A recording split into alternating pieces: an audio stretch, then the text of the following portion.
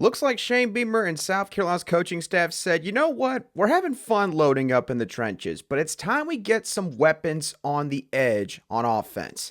And that is exactly what they're getting in recent commit, Michael Smith. Our Locked On Gamecocks, your daily podcast on the South Carolina Gamecocks, part of the Locked On Podcast Network, your team every day.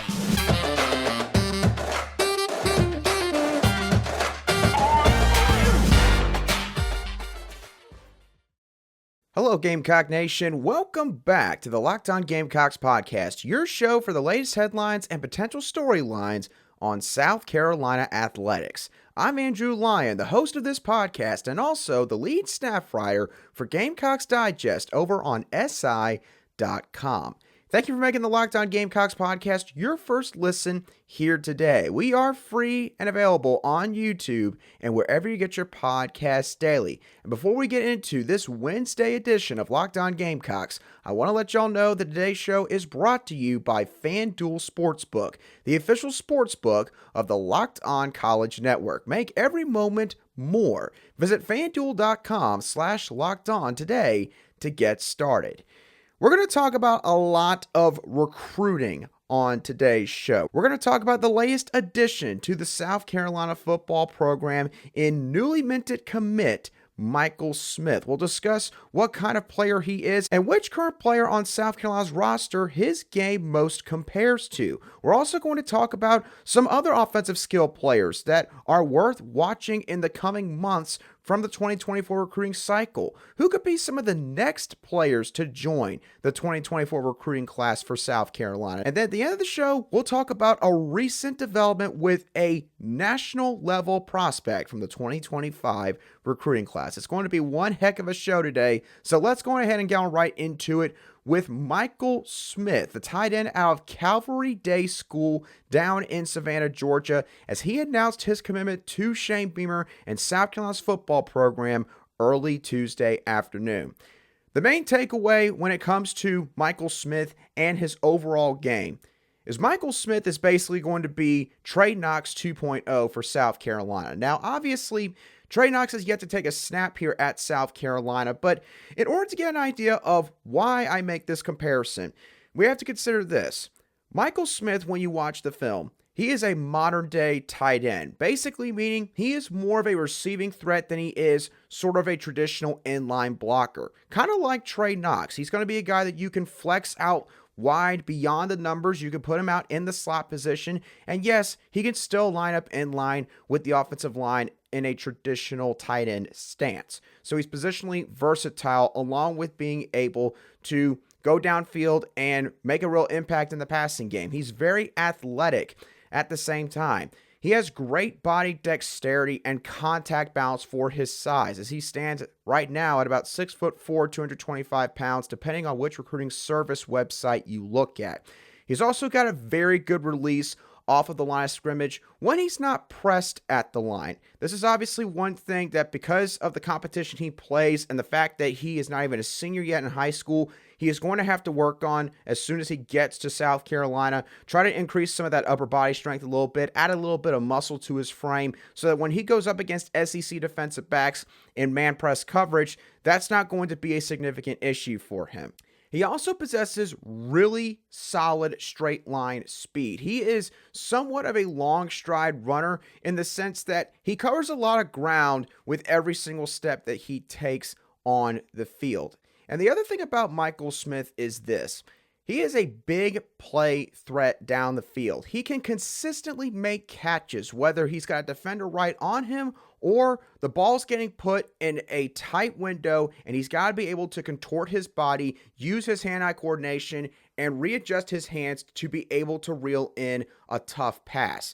He can do all of those things. He's got a wide catch radius, and he, again, has great body control, which not only helps him when he is running through contact after the catch, but also helps him when the ball is arriving mid-flight, again, in a tight area. So maybe near the sidelines or maybe even in the back of the end zone. And he showcased this multiple times in his junior year highlight reel from Calvary Day School.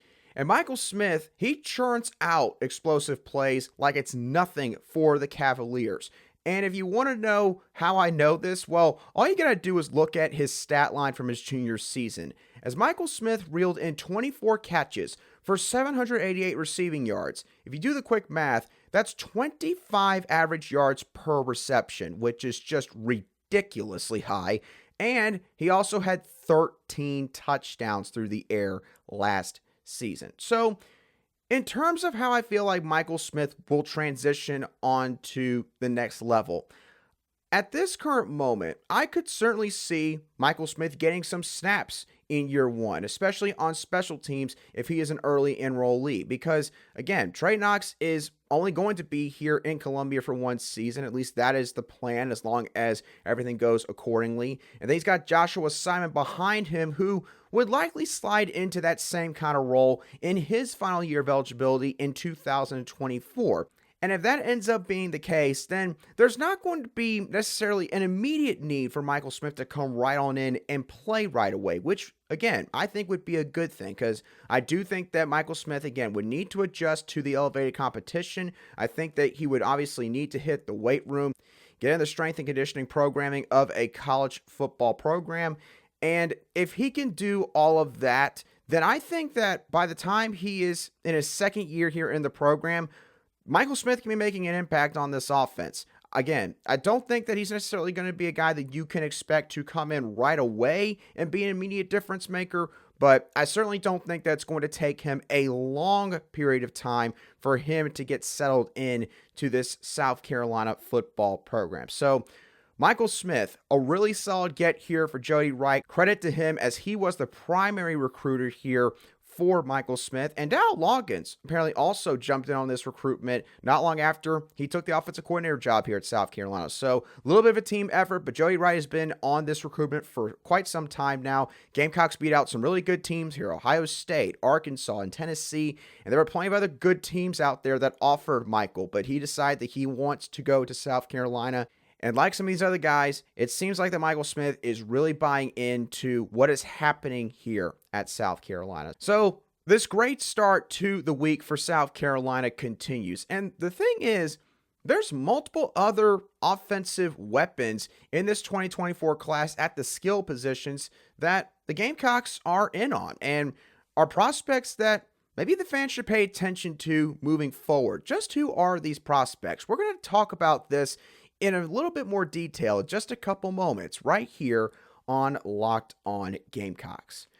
Today's show is brought to you by FanDuel. The NFL playoffs have officially arrived. We're really excited about our new sports betting partner for Locked On in FanDuel, because they are the #1 sports book in America. And if you're new to FanDuel, that's even better. They have so many great features that make betting on sports fun and easy.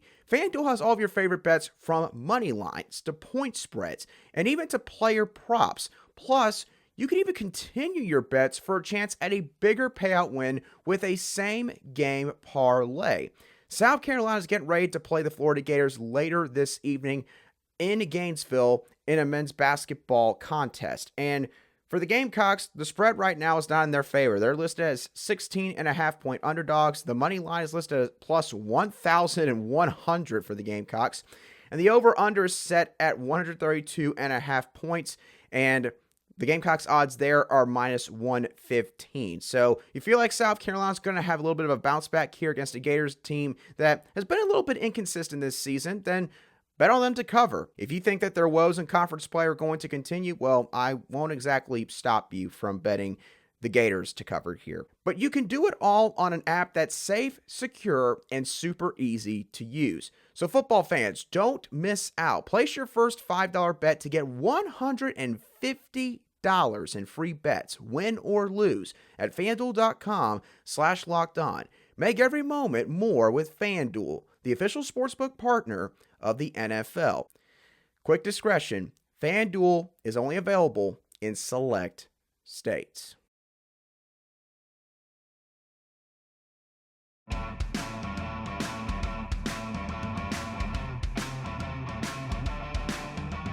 Welcome back to today's edition of the Locked On Gamecocks podcast, where we cover your South Carolina Gamecocks every single day. Thank you once again for making Locked On Gamecocks your first listen here today. Make sure you check out our brand new podcast, Locked On College Basketball, where you'll find everything you need to know about college basketball in just one place. Plus, you'll hear from big name experts, insiders, coaches, and players. Locked On College Basketball, available on YouTube and also wherever you get your podcasts.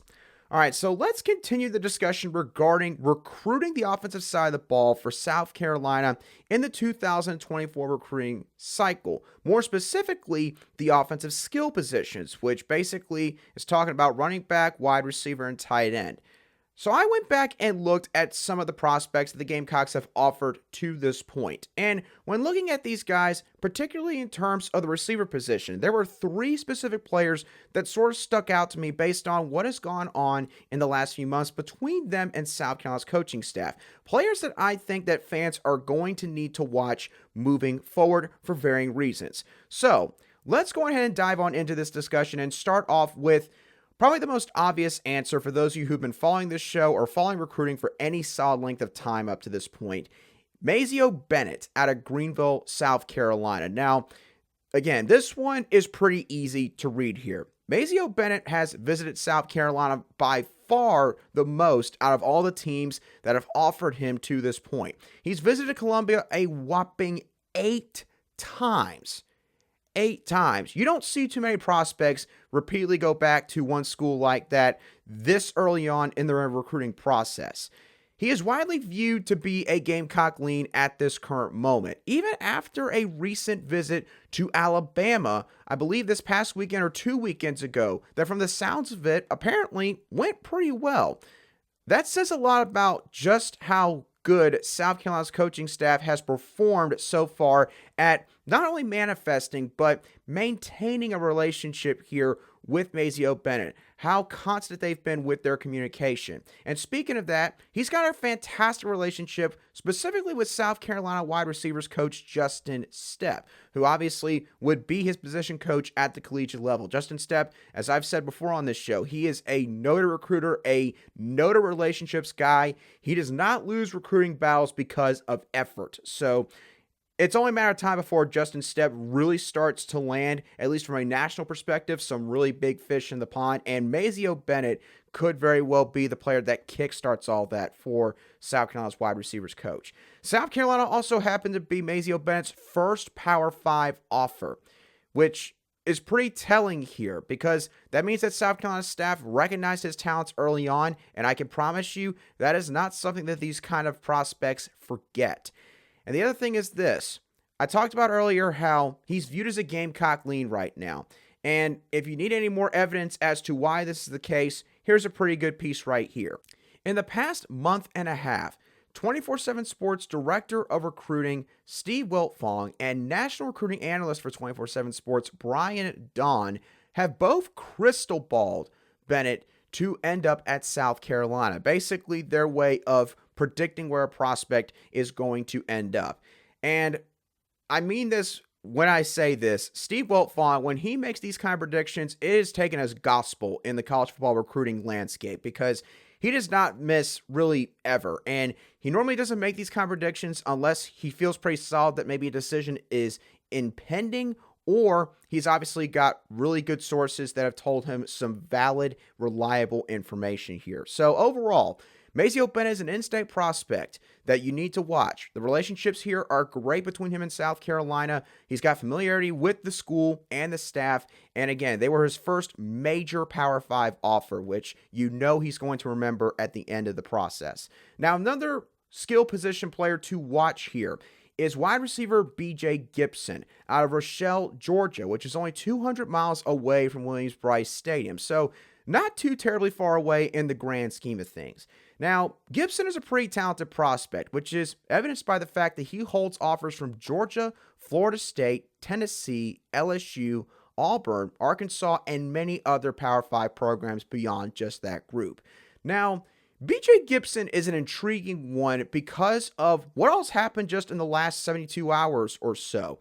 He went to South Carolina's Junior Day event this past weekend, and he also tweeted about it, and he said, quote, he had a blast. And without reading too much into that one tweet, it seems pretty evident that, he truly means that BJ Gibson had a really solid time here in Columbia. Now, the thing to keep in mind with BJ Gibson that I have not mentioned yet is the fact that Gibson also plays baseball, and he plans on playing both baseball and football when he goes on to college. He's been committed to Tennessee for baseball for a pretty good while now. Can't tell you exactly how long, but he's been quite familiar with Tennessee's baseball program, and they obviously had a pretty good relationship. Well, here's the thing. On Monday, after he visited South Carolina for their junior day event, he officially announced on Twitter that he was decommitting from Tennessee's baseball program. Now, obviously, you could just simply take that as, well, maybe he just wants to take more time with his decision. Maybe now he's got something else that he's thinking about. And that's where South Carolina could come in here. I do not want to believe that the timing of him decommitting after he just visited South Carolina for their junior day event is merely coincidental. I do not believe that to be the case personally. I think that it's clear South Carolina made an impression here on BJ Gibson, and based on his recent activity, it seems like that he is intrigued by South Carolina and that he's going to be a prospect that the Gamecocks and the fan base need to watch and pay attention to moving forward. The main competition here likely is going to be Georgia because he's taken 2 visits there. They're the home state program, and obviously they're back-to-back national champs in the sport. So got to watch out for the Bulldogs. And obviously Tennessee. I mean, he was committed to their baseball program, and he's taken a visit there as well. And their football program has also done quite well in the last year or two. So it seems like that right now, Georgia, South Carolina, and Tennessee, in no particular order, are sort of the 3 teams sticking out here for BJ Gibson. The last one, real quickly, that we'll go over here is DeMello Jones, an athlete out of Swainsboro, Georgia, only 122 miles away from the University of South Carolina. Now, DeMello Jones has been sort of a quote-unquote late bloomer here in terms of the recruiting process, as in the past 8 months, his recruitment has absolutely skyrocketed. He has gotten 22 offers in that stretch, including offers from Georgia, Alabama, Ohio State, Florida State, Tennessee, and again, a lot of other Power 5 programs that I'm not going to be able to mention here. South Carolina was his second SEC offer right behind the Georgia Bulldogs. So again, South Carolina got in this one a little bit earlier than some of these other programs. Now, Jones has paid the Gamecocks 2 visits in the past 2 months, which included Junior Day this past weekend. And I think that that means a lot here because, again, you heard some of the names I mentioned: Alabama, Ohio State, Florida State, certain programs that are not maybe as easy to travel to like it is for South Carolina. And he could have taken this extra time he had in the middle of basketball season, which he does play basketball, to go visit one of those programs. But he didn't. He went to South Carolina. And I think that that at least gives a clue that, again, South Carolina's in the game here for DeMello. And based on his tweet about the visit, it seems like Torian Gray is his primary recruiter. And if anyone on this staff has got ammunition to use in terms of how good they are at developing talent and how good they are at securing talent, it's Torian Gray. Torian Gray's put multiple guys in the NFL. He made a former walk-on in Jalen Foster into an All-American, and he's about to probably have a first-round draft pick now under his name in Cam Smith this coming April. So Torian Gray recruiting DeMello Jones, I think that bodes well for South Carolina based on what he's done so far. And overall, Jones is a player who's going to eventually probably go see these other programs because obviously I think he's going to want to get a big picture in terms of what all these places have to offer. But it does seem like, again, based on everything I just mentioned, that the Gamecocks are off to a great start in his recruitment. For now, I would say that the main competition here is, again, a home state team in the Georgia Bulldogs that I believe he has also paid a visit to. Some other prospects to watch in terms of offensive skill talent are Micah Gilbert and Zion Reagans, because both of these guys have already visited the Gamecocks once in the process, and it seemed like in both instances, the visit ended up going pretty well. So be interesting to see how these things develop. And of course, recruiting can fluctuate on any given week, and these things can change. But again, as of this point in time, I think Mazeo Bennett, BJ Gibson, and DeMello Jones are the main 3 offensive skill players to watch in terms of the recruiting aspect for South Carolina's football program in the coming months. Okay, so I've talked a lot about the 2024 recruiting class, and for obvious reason, because the 2024 recruiting class is getting ready to be the main class that South Carolina's coaching staff is paying most of their attention to. But as we all know, in major college football, you can't just be recruiting the upcoming recruiting class. You have to be working ahead in one cycle, two cycle, three cycles down the road, checking out who maybe the top prospects in the country might end up being, trying to cultivate, again, some early relationships that these prospects are going to remember at the end of the day. And South Carolina's coaching staff has done so already with, obviously, some really talented 2025 prospects, including one Elijah Griffin. Elijah Griffin is considered to be one of the best, if not potentially the best player in the entire country for the 2025 recruiting class. As according to 24/7 Sports composite rankings, which is an average of all the major recruiting services, he's the second best player nationally. So, needless to say, in terms of Elijah Griffin's recruitment, this is probably going to end up being a heavyweight fight for whoever ends up landing him at the end of the entire process. And there's already some heavy hitters that are in pursuit here, as he's gotten offers from Georgia, Alabama, Auburn, Ohio State, Florida State, and many others on top of that. Now, here's the thing. Elijah Griffin has already taken 2 visits to South Carolina. The last time he visited the Gamecocks was the week of the Charlotte game. And it appears that Elijah Griffin has enough interest in the Gamecocks that he is getting ready to make a return trip to Columbia, as he went on Twitter yesterday afternoon and officially stated that he is going to visit the Gamecocks this upcoming weekend. So, why should this be recruitment that fans pay attention to? Well, besides the fact that, again, based on his offers and based on where he's ranked already with these major recruiting service websites, Elijah Griffin is clearly a talented player. And depending on how this recruitment plays out, we'll dive into what kind of player he is at a later date. But the fact that the Gamecocks, with everything that they've done recently, with what could end up happening for them in just the next week, that next 8 or 9 days, they are now already finding themselves seemingly near the top of the ladder for one of the best prospects in the entire country for the 2025 recruiting cycle. This is just validating how much Shane Beamer and South Carolina's coaching staff are on the minds of some of the best players in high school football now. Kids, especially in the Southeast, kids in the DMV region, in Washington, D.C., in Maryland and Virginia, and sporadically in other states, Texas, Mississippi, they are paying attention to South Carolina now. It all goes back to what happened last season. South Carolina got 3 top 25 wins against Kentucky, and then obviously the 2 big ones, Tennessee and Clemson. South Carolina won 8 games. South Carolina took a historic football program in Notre Dame all the way down to the final minutes in the Gator Bowl. And yes, if maybe they had some of the guys that had defected on the team, they could have won that game. It's clear that South Carolina has taken drastic steps forward in terms of becoming a potential contender in the SEC and potentially on the national stage here in the sport of college football.